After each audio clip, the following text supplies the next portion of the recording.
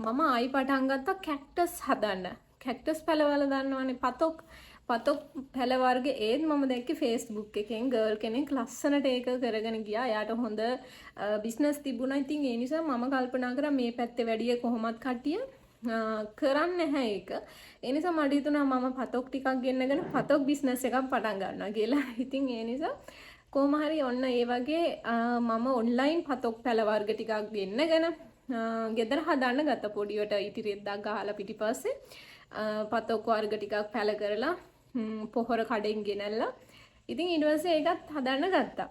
හදන්න අරගෙන කොහොම හරි තාමත් ඒ පතොක් පැල දැන් නම් ලොකු ගස් වෙලා තියෙන්නේ.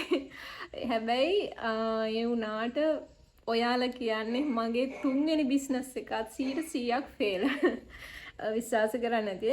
අදටත් මම එක පැලයක්වත් විකුණුවේ නැහැ කට්ටියට. ඊට පස්සේ ඔය ගෙදර එන කට්ටිය දැකලා නිකන් ආසාවට අරන් ගියා. ඒ පැල වලට කරපු වියදම් 7-5ක් මට ආපහු ගන්න බැරි වුණා. ඉතින් තාමත් තියෙනවා මේ පැල මං ගාව. ඉතින් මං ආසාවට හදනවා. මං ගොඩක් ආසයි. ඉතින් ඊට පස්සේ පැල බිස්නස් එකත් එහෙමම ඉවරයි. එතකොට මගේ බිස්නස් 3ක් මුලින් පටන් ගත්ත බිස්නස් 3ක් මං ඒවට වියදනුත් කරා. ඉතින් 100%ක්ම ෆේල් වුණා. හැබැයි මම දුක් වෙන්නේ නැහැ. ඒ කියලා මම මගේ බිස්නස් මයින්ඩ් එක මම නැති කරගත්තෙත් නැහැ. මම 3 පාරක් ෆේල් වුණා. මොකද මං පටන් ගත්ත තැන මම නැවැත්තුවානේ. ඉතින් ඒකත් ෆේල් වීමක් තමයි. එහෙම කියලා නැවැත්තුවේ නෑ. ඊට පස්සේ තමයි අල්ලා ඉන්න එක්කෙනා ඒ කාලේ යාළු වෙලානේ දැන්නේ හස්බන්ඩ්. එයා මට කිව්වා ඔයාට ගොතන්න පුළුවන්. ඉතින් චූටි බබාලගේ ඇඳුම් හරි ගොතලා පේජ් එකක් හදලා අපි දාමු කියලා. ඊට පස්සේ මම ලොකුවට ඒක හිතුවේ නැහැ ඇත්තටම ඕවා ගණීද එහෙම කියලා. දැක්ක Facebook වල දැක්ක කට්ටිය විකුණන චූටි බබාලගේ ඇඳුම් ගොතලා. ඊට පස්සේ මම ඉස්කෝලේ කාලේ පොඩියට ඉගෙනගෙන තිබ්බට ලොකුවට ඉගෙනගෙන තිබ්බේ නැහැ ඒ කියන්නේ. ඊට පස්සේ මම YouTube බලලා ඉගෙන ගන්න ගත්තා. ඊට පස්සේ මම ඕලා කලෙක්ෂන් කියලා නමක් දාලා පේජ් එකක් හැදුවා. හදලා මම ඒකේ චූටි බබාලගේ ඇඳුම් ගවුම් ගොතලා මේ විදිහට මායි නංගි අපේ නැන්දම්මගේ දුව. එතකොට අපි දෙන්න එක ළඟ ගෙවල් තියෙන්නේ. එයාත් ඒ ලෙවල් කරලා ගෙදර හිටියේ. මමත් කැම්පස් අවුට් වෙලා ගෙදර හිටියේ. ඊට පස්සේ අපි දෙන්න එකතු වෙලා එයාත් නිකන් ඉන්න නිසා අපි දෙන්නම එකතු වෙලා ගොතන්න ගත්තා. මම එයාට කියලා දුන්නා. එයා කටක්වත් එතකොට අතින් අල්ලලා තිබ්බේ නැහැ.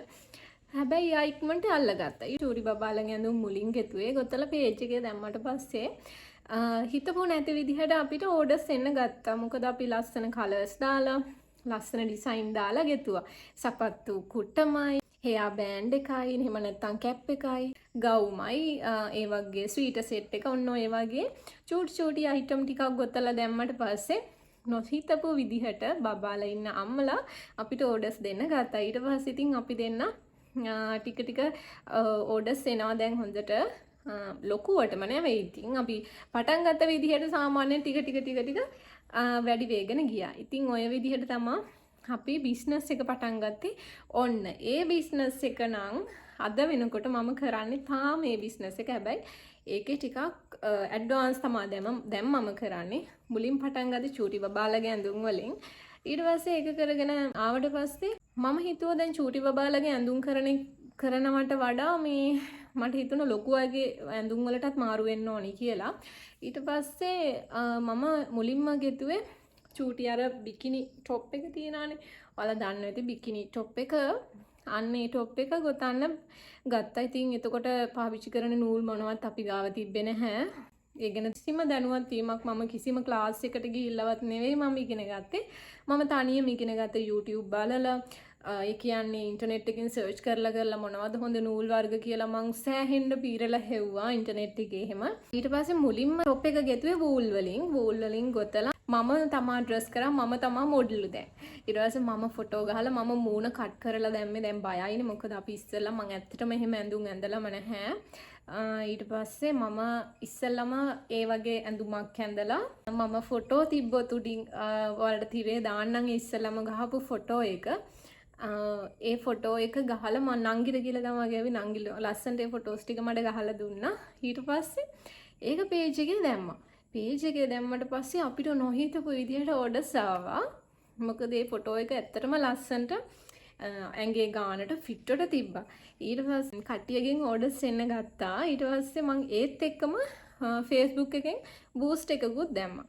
ඕඩර්ස් එක දිගට එන්න ගත්ත බූස්ට් එකෙනුත් පස්සේ ඔය විදිහට තමයි මගේ බිස්නස් එක පළවෙනි ස්ටෙප් එක විදිහට මම පටන් ගත්තේ. මුලින්ම බ්‍රා টොප් එකකින් තමයි කියන්නේ ලොකු අයගේ ඇඳුම් ගොතන්න ගත්තේ. ඊට පස්සේ ටික ටික ඇත්තටම චූඩි බබාලගේ ඇඳුම් ගොතන එක එන්න මගේ අඩු වුණා. මොකද මට ඊට වඩා ලොකු අයගේ ඇඳුම් ගොතන්න ඕඩර්ස් ආවා. ඉතින් ඒ නිසා මට අර ටික චුට්ටක් මගේ ඇරුණා. හැබැයි කරන්න නැතුව නෙමෙයි තවටත් පොඩි අයගේ ඇඳුම් කරනවා. හැබැයි ලොකු අයගේ ඇඳුම් වලට තමයි වැඩිම ඉල්ලුම මට තියෙන්නේ. ඊට පස්සේ හොම කරගෙන ඉතින් මේ වෙනකන් ඇත්තටම මම 2020 වගේ 2020 වගේ තමයි පටන් ගත්තේ. අර කියපු බිස්නස් ටික ළඟ ෆේල් වුණා. ඉතින් 2020 ම තමයි මේකත් මම ආරම්භ කරේ 2020 අග වගේ හරියේ. ඉතින් දැන් වෙනකොට මේ 2025 වෙනකොට අවුරුදු 5ක් වෙලා මම අවුරුදු 5ක් තාම මේ බිස්නස් එක කරනවා. ඉතින් මම හොඳ ආදායමක් මේකෙන් උපයනවා. ඇත්තටම කිව්වොත් මේ හෑන්ඩ්මේඩ් බිස්නස් එක ගොඩාක් මහන්සි වෙන්න ඕන බිස්නස් එකක් මගේ මේ බිස්නස් එක. මොකද අපි සම්පූර්ණ ඇඳුම් අතින් ගොතන්නේ තනි කට්ටකුයි තනි නූල් බෝලකුයි අතින් තමයි මම ඔය හැම ඇඳුමක්ම ගොතන්නේ. ඒ නිසා ලොකු මහන්සියක් වෙනවා. චැට්ටරයක් යනවා. අපේ ගෙදර වටේට සද්ද වැඩි යන්නේ වීඩියෝ එකක්වත් කරන්නේ. කොහොමhari මම මේක නැවැත්තුවේ නැහැ. ඊට පස්සේ දැන් ඕඩර්ස් එන්න වැඩි වෙනකොට මම කරේ අපේ නංගි මාත් එක්ක මුලින් ඉඳලම වැඩ කරා. ඉතින් එයාට හරිම චූටි ගාණකින් තමයි මම දුන්නේ යාට වියදමට. ඉතින් මම පොඩියට ගාණක් දුන්නා. ඊට පස්සේ එතන ඉඳලා පටන් ගත්තු මේ ගමන දැන් කාලෙන් කාලෙට ඉතින් කට්ටිය ආවා ගියා. හරි කාලයකට මට ළමයි 5 දෙනෙක් මං ගාව වැඩ කරා. ආයි 3 දෙනෙක් වෙනවා. එහෙම වෙනස් වෙවි. හැබැයි මේ වෙනකොට ළමයි ඉතින් 3-4 දෙනෙක් වැඩ කරනවා. ඉතාල කරන්නේ తాවකාලිකව. මොකද මට තාම ෆුල් ටයිම් ළමයි ටික දෙනෙක් හොයාගන්න බැරි වුණා. එයාලගෙත් බාහිර වැඩ කරගන්න ගමන් තමා මේක කරන්න. ඉතින් එතනදී මම චුට්ටක් අපහසුතාවයකට පත් වෙනවා. මොකද ඕඩර්ස් එනකොට ඕඩර්ස් එන ප්‍රමාණය වැඩි වෙද්දි මට තනියම කරගන්න අමාරුයි. අර එයාලත් ටෙම්පර් කියන්නේ එයාලත් తాවකාලිකව කරනකොට මට ඇත්තටම හරි අමාරුයි ඕඩර්ස් ෆිනිෂ් කරගන්න. ඉතින් මේ මෑතක් වෙනකොට දැන් මේ ප්‍රශ්නෙට මම මුණ දීලා ඉන්නවා.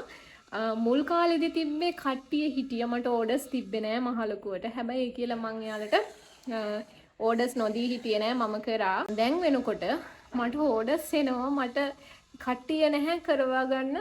ඉතින් මොකද හොඳට පුහුණු වෙච්ච කට්ටිය ඕනේ මේකට. මොකද මගේ යම් ස්ටෑන්ඩඩ් එකක් තියෙනවා මගේ බිස්නස් එකේ. මම ක්වොලිටියට මගේ බිස්නස් එක කරනවා. ඒ නිසා මම සල්ලි ගන්නවා තමයි. හැබැයි මම ඒ ගන්න මුදලට හරි සාධාරණයක් කරලා තමයි මම ප්‍රොඩක්ට් එක ඉෂුව කරන්නේ මගේ කස්ටමර්ස්ලාට. ඒ නිසා තමයි මට ටිකක් වැඩි කාලයක් යනවා මම හොඳටම ප්‍රොඩක්ට් එක කරන නිසා. මං හිතනවා ඒ නිසා තමයි මගේ බිස්නස් එක මෙච්චර කාලයක් රැඳිලා ඉන්නේ.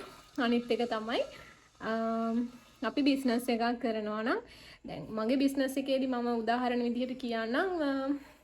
අපිට මේ බිස්නස් එකේ දැන් හිතන්න කස්ටමර් මට ප්‍රොඩක්ට් එකක් දුන්නාම මට ඇත්තටම වෙලාවට දෙන්න බැරි වුණොත් අපි අපේ හිතුකමක් තමයි යාලට කියන එක මෙන්න මේ ප්‍රශ්න නිසා මට ඔයාට හවල් දවසේ දෙන්න බෑ.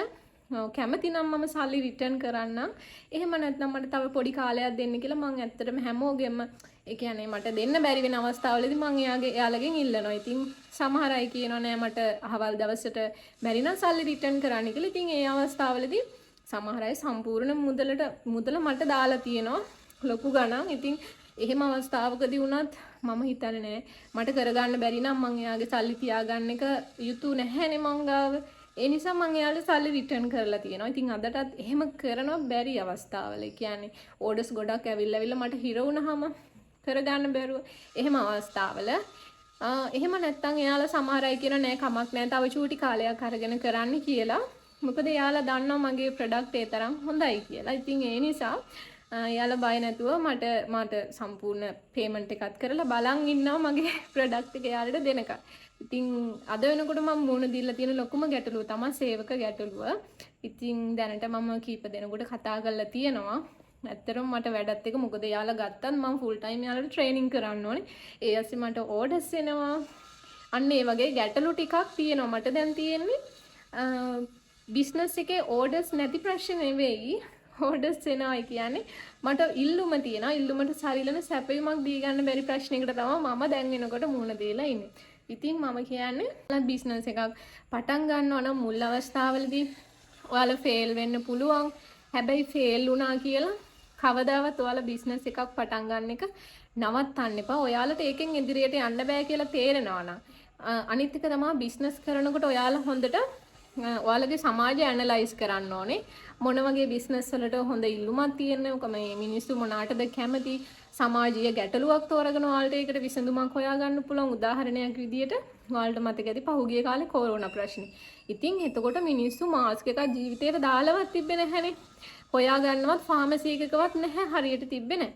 ඉතින් මිනිස්සු මේ ගැටලුව හරියට අඳුනගෙන යාලා කරේ මාස්ක් මහන්න ගත්තා. ඉතින් මාර හොඳ බිස්නස් එකක් වුණා. ඉතින් ඒකෙන් කෝටි ගණන් මිනිස්සු හෙව්වනේ. අන්න ඒ වගේ ඔයාලට පුළුවන් සමාජීය ගැටලුවක් හොයාගෙන අන්න ඒකට විසඳුමක් දෙන්න පුළුවන්. එහෙම නැත්නම් ෆැෂන් පැත්තෙන් යනවනේ. දැන් මම යන්නේ ෆැෂන් පැත්තෙන්. අනිත් එක මගේ ටාගට් එක වෙන්නේ අනාගතයේ ඉස්සරහට මේ ටුවරිස්ට් ෆීල්ඩ් එක ටච් කරන්න තමයි මගේ ටාගට් එක. මොකද ලංකාවේ අය චුට්ටක් මිල ගැන හිතනවා වැඩි. මොකද ඒ වුණාට අපි වෙන මහන්සියත් එක්ක අපිට ටිකක් තව අපේ ප්‍රොඩක්ට් එකේ ක්වොලිටි එක අපේ මහන්සියත් එක්ක අපිට එන ලැබෙන මුදල ඇත්තටම ප්‍රමාණවත් නැහැ. නමුත් දැනට ඉතින් ලංකාවේ අයට තමයි සෙල් කරන්නේ. ඉස්සරහට මම බලාපොරොත්තු වෙනවා මේකේ නියම වටිනාකම තියෙන ෆොරින් මාකට් එකේ. ඉතින් ඒ නිසා මම මේ ෆොරින් මාකට් එකට යන්න තමයි මගේ ලොකුම හීනේ වෙන්නේ. ඉතින් මම හිතනවා ඔයාලටත් මගේ බිස්නස් එකම උනත් ඔයාලට මේ කරනවා නම් හොඳට පුහුණු වීම කරන්න ඕනේ. ඉතින් ඔයාලට කියන්නේ මගේ ක්ලාස් එකට එන්න කියලා. මම ක්ලාස් එකකුත් දැන් පටන් ගන්න තියෙනවා. මගේ පළවෙනි බැච් එක යනවා. ඉතින් එයාලා හොඳට ඉගෙන ගන්නවා. ඉතින් මම එයාලට හැමදාම කියන්නේ මාව පහු කරගෙන යන්න. ඔයාලා ඉගෙනගෙන මගෙන් මාවත් පහු කරගෙන හොඳ තැනකට යන්න කියලා මම හැමදාම කියන්නේ එයාලට. ඉතින් ඔයාලට එහෙම මේ ගෙතුම් ආශ්‍රයෙන් ඔයාලට බිස්නස් එකක් පටන් ගන්න අයිඩියා එකක් තියෙනවා නම් ඔයාලට පුළුවන් මගේ ක්ලාස් එකත් එක්ක සම්බන්ධ වෙන්න. ඊළඟ අවුරුද්දේ මාර්තු වෙනකොට මගේ ක්ලාස් එක පටන් ගන්නවා. එහෙම බලන්න. එහෙම ඔයාලට තනියෙන් ඉගෙන ගන්න පුළුවන් නම් මූලික දැනුමක් තියෙනවා නම් තනියෙන් ඉගෙන ගන්න පුළුවන් නම් ඔයාලට පුළුවන් ඉතින් YouTube බලලා ඉතින් මොනවා හරි පැටර්න්ස් ඉගෙන ගන්න එහෙම පුළුවන්. ඉතින් අද වෙනකොට මම මගේම ව්‍යාපාරයක් කරගෙන සාර්ථකව මම මේ ව්‍යාපාරයෙන් මගේ මහත්තයාට ලොකු හයියක් වෙලා තියෙනවා. ඇත්තටම මගේ හීන පොඩි හීන මම ටික ටික හැබෑ කරගෙන යන ගමන් ඒත් එක්කම මම දැන් ටීචර් කෙනෙක්. ඉතින් මම ඔන්ලයින් හරහා ළමයිට උගන්වනවා. මගේ ගෙතුම් කලාව ආශ්‍රිතව තමයි මම උගන්වන්නේ. මට බිස්නස් මයින්ඩ් එක ඔලුවට ගැහුවට පස්සේ මට ජොබ් කරන්න කියලා මට ඇත්තටම ආසාවක් තිබුණේ නැහැ. මම කැමති වුණේම නැහැ. ගෙදරින් මට ගොඩාක් ප්‍රශ්න ආවා. දැනටත් ප්‍රශ්න එනවා. නැත්තේ නෑ. මොකද ඩිග්‍රියක් තියාගෙන ඇයිවා මේ ඔය වගේ දේවල් කර ඉන්නේ. හොඳ ජොබ් එකක් දාන්න කරන්න පුළුවන් නේ. හොඳ එකට ඇප්ලයි කරන්න. ගෙදරින් විතරක් නෙවෙයි වටපිටාවේ ගමේ ටීචර්ස්ලා මගේ ඒ හැමෝම මට කිව්වේ තාම හම්බුන්නේ නැද්ද ජොබ් එකක්? ඇයි ජොබ් එකකට දාන්න නැත්තේ? ඉතින් එයාලා මේ අපේ පැත්තේ මේ පොඩි අවුලක් තියෙනවා. ඉතින් බිස්නස් එකක් කරනවා කියවම ටිකක් පාතින් හිතන්නේ. හැබැයි මම ඒ කවුරු හිතුවත් මම දන්නවා මම ගැන මම කැමති දේ තමයි. මොකද අපි ජීවත් වෙලා ඉන්නේ පොඩි කාලයයි. මේ පොඩි කාලේ මම ආසයි නම් මට යන්න පුළුවන් නම් මේ ෆීල්ඩ් එකෙන් හොඳ තැනකට ඇයි මම තව කෙනෙක් යටතේ ජොබ් එකක් කරන්නේ? ඉතින් ගවර්න්මන්ට් ජොබ් එකක් කරන්න ඕනි කියලාම නීතියක් නැහැ. ඩිග්‍රී එකක් ගන්න කෙනෙක් කොහේවත් ලියලවත් නැහැ. ඒ නිසා මම හිතන්නේ ඒක මේ නීතියක් කියලා. ඒක මේ මම හිතන්නේ ඇත්තටම අපිට ඒක බලපෑම් කරන එකත් වැරදි දෙමව්පියෝ විදියට. මොකද තමන්ගේ දරුවා මේ පැත්තෙන් ඉස්සරහට යනවා නම් ඒක දැකලා සතුටු වෙන්න ඕනේ. එහෙම නැතුව ඒකට කකුලෙන් අදිනවා කියන්නේ ඒ ළමයා ජොබ් එකක් කරත් කවදාවත් එයා සතුටෙන් නෙවෙයි ඒක කරන්නේ. ඉතින් ඒ නිසා මම හිතන්නේ තමන් කැමති ෆීල්ඩ් එකකින් ඉස්සරහට යනවා නම් ඇත්තටම කිව්වොත් මේ ගොතනවා කියන එක මගේ විනෝදාංශය තමයි. ඒකට හිතන්න මගේ විනෝදාංශය මගේ ආදායම් මාර්ගය කරගත්තාම ජීවිත කාලෙම එපා නොවි මං ආසාවෙන් මේ ජොබ් ඒ කියන්නේ මගේ බිස්නස් එක මම කරනවා. කියන්නේ කොච්චර ගෙතුවන් මට එපා වෙන්නේ නැහැ. මොකද ඒක මං ආසාවෙන් කරන දෙයක්. දැන් ජොබ් එකකට යන්නේ කොහොමම බලෙන් එකට දැම්මොත් මං ආසාවෙන් නෙවෙයි මේක කරන්නේ. එතකොට මං ටික කාලයක් ගිහලා සමාහට නතර වෙයි. එහෙම නැත්තම් මට ජීවිතේ එපා වෙයි. එහෙම ප්‍රශ්න වෙනවා ඉතින්. ඒ නිසා ඔයාලා කැමති දේ කරන්න. අනිත් එක ඔයාලා මේ ජොබ් එකක් කරත් මං කියන්නේ part time හරි පොඩියට චූටියට බිස්නස් එකක් පටන් ගන්න ඕන තරම් බිස්නස් අයිඩියාස් තියෙන මං ඉස්සරහට ඔයාලට ගෙදර ඉඳලා ලේසියෙන්ම කරන්න පුළුවන් බිස්නස් අයිඩියාස් අරගෙන එන්නම් ගෘහණියක් විදියට කොහොමද අපි ගෙදර ඉඳලා බිස්නස් එකක් කරන්නේ. ඉතින් මම කරන්නේ මේක ෆුල් ටයිම් ගෙදර ඉඳලා. ඉතින් ඇත්තටම මාර නිදහස් ගෙදර ඉඳලා කරන එක. ඔන්ලයින් හරහා විතරනේ මම කරන්නේ. ඒ නිසා මම මගේ බිස්නස් එකෙන් දැන් ඉන්න තැන ගැන ගොඩාක් සතුටුයි. අවුරුදු 5ක් එක දිගට මම මේක නවත්තන්න නැතුව කරා. ඉතින් මං හිතනවා ඔයාලට මේ වගේ ලස්සනට ඔයාලගේ හිතේ හීනයක් තියෙනවා නම් බිස්නස් එකක් කරන්න ඒ හීනය ඇත්තටම සාර්ථක වෙන්න කියලා මම ප්‍රාර්ථනා කරනවා. ඉස්සරහට ඔයාලට මගේ බිස්නස් එක ගැන තව මොනවා හරි ප්‍රශ්න දැනගන්න ගැටලු තියෙනවා නම් Q&A එකකින් මම අරගෙන එන්නම්. ඉතින් ඔයාලට පුළුවන් අපේ කමෙන්ට් එකක් විදියට මේ වීඩියෝ එකෙන් ප්‍රශ්න අහන්න පුළුවන්. ඒක තමයි මගේ බිස්නස් ජර්නි එක. මම ඔයාලගේ හැමෝගෙම හින සැබෑ වෙන්න කියලා ප්‍රාර්ථනා කරනවා. ඉතින් හැමෝටම සුබ දවසක්